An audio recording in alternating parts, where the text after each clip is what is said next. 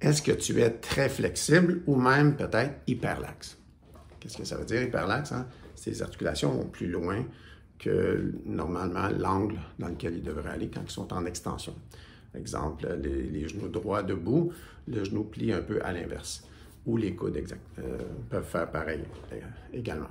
Donc, si c'est le cas, ou si par exemple, tu es un gardien de but de hockey, là je te parle de hockey parce que la saison va commencer bientôt, les pratiques, les entraînements commencent au mois d'août. On est le début août en ce moment, le 10-12 août. Donc, si ça te concerne, puis tu fais souvent des mouvements, des splits, des trucs comme ça, tu vas comprendre que des étirements, pour toi, ça ne va pas toujours servir.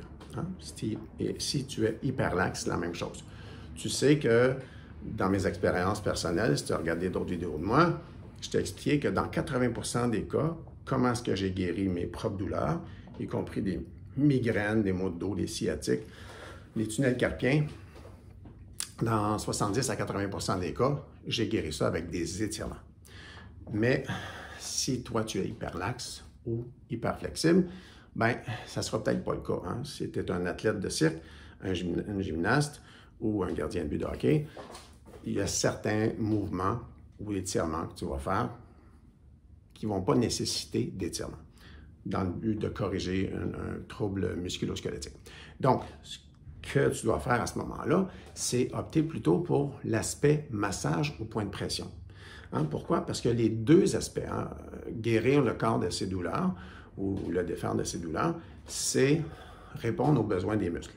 Les chaînes musculaires, les groupes musculaires, les muscles eux-mêmes ont une longueur optimale. Quand ils sont trop courts, bien, un des besoins, c'est de les étirer pour regagner cette longueur optimale-là, pour ne pas restreindre les articulations que ce groupe musculaire-là ou cette chaîne musculaire-là sur laquelle il agit. Donc, on va étirer dans le but de rétablir l'équilibre, puis que l'articulation ne soit pas gênée dans son plein mouvement, on va dire. Au contraire, quand on est trop flexible, ou très flexible, ou hyperlaxe, on a besoin de pétrir. Pourquoi? Parce que, tu sais, des fois, tu vas manquer de flexibilité, de souplesse, puis si c'est juste légèrement trop court, la chaîne musculaire, bien, souvent, ça va protéger l'articulation. Donc, on n'a pas besoin de devenir tous des athlètes de cirque hyper flexibles ou des contorsionnistes ou des gardiens de but au niveau des mouvements des hanches, gardiens de but de hockey. Vous faites ces choses-là, vous, parce que votre métier le demande, votre carrière ou votre passion vous le demande. Pour les gens qui ne vivent pas de ces choses-là, de souplesse du corps, bien, on va se rétablir par des étirements, mais aussi on va faire des points de pression, des massages. Donc, pourquoi vous devez faire des pressions massages? C'est que les chaînes musculaires sont suffisamment longues. Donc, ce n'est pas le manque de longueur qui va protéger l'articulation. Puis, suis-moi bien ici quand je dis ça. Parfois, le manque de flexibilité, si c'est trop exagéré, puis si ça restreint trop l'articulation dans le genre d'activité physique que tu veux faire, bien, ça va peut-être servir à créer la blessure. Donc, parfois, c'est protecteur, ce manque de flexibilité-là.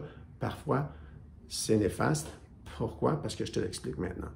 Donc, trop de flexibilité va amener la matière, la chair du muscle, donc la partie des fibres musculaires, des sarcomères, vont rester tendues pour protéger l'articulation, pour pas que ça aille trop loin. Autrement dit, ce n'est pas la longueur qui va protéger l'articulation d'aller trop loin, ça va être la chair elle-même. Donc, la chair va devenir très tendue, puis regarde dans ma main, tu l'as peut-être déjà vu dans une autre capsule, tu sors le poing devant toi comme ça, puis quand tu rouvres, c'est blanc, puis là, ça redevient rosé.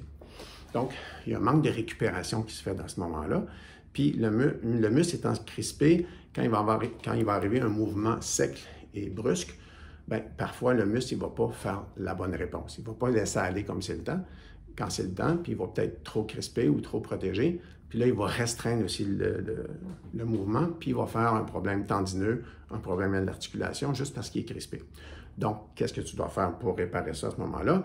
Ou pour faire les entretiens pour prévenir? C'est souvent masser.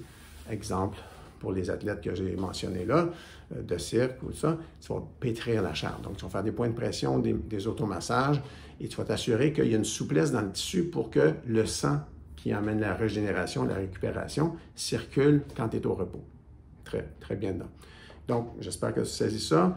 Ça s'applique à tout le monde, en fait. C'est pas juste les athlètes de cirque et tout ça. Nous aussi, moi aussi, si j'ai guéri mes blessures et douleurs de 70 à 80 % par des étirements, c'est qu'il y a quand même souvent jusqu'à 30 % de ce que j'ai fait pour certaines pathologies musculo-squelettiques. J'ai soigné mon corps, mes muscles, ma musculature avec des points de pression, des automassages, des torsions de muscles. Puis ensuite, rétablir la circulation sanguine pour que la récupération se fasse, la régénération reprenne son cours. Donc, merci d'avoir écouté. Partage ça aux gens que tu crois qui en ont besoin. Ça me fait toujours plaisir de répondre à tes questions, tes commentaires, aussi en dessous de cette vidéo. Merci beaucoup. À bientôt. Ciao. C'était Jean-Pierre Perrault pour l'Académie du corps humain. À bientôt.